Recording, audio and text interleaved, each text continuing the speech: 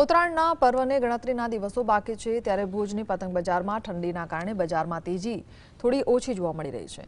પતંગ રસિયાઓ અવનવી ડિઝાઇનની પતંગ અને મજબૂત દોરીની ખરીદી કરે છે। આ વર્ષે પતંગ અને દોરીના ભાવમાં આશરે 15% વધારો થયો છે, જેના કારણે ખરીદદારો વધુ રકમ ચૂકવવી પડશે। શહેરી વિસ્તારમાં કાગળની પતંગ તો ગ્રામ્ય વિસ્તારમાં પ્લાસ્ટિકની પતંગની વધુ માંગ છે।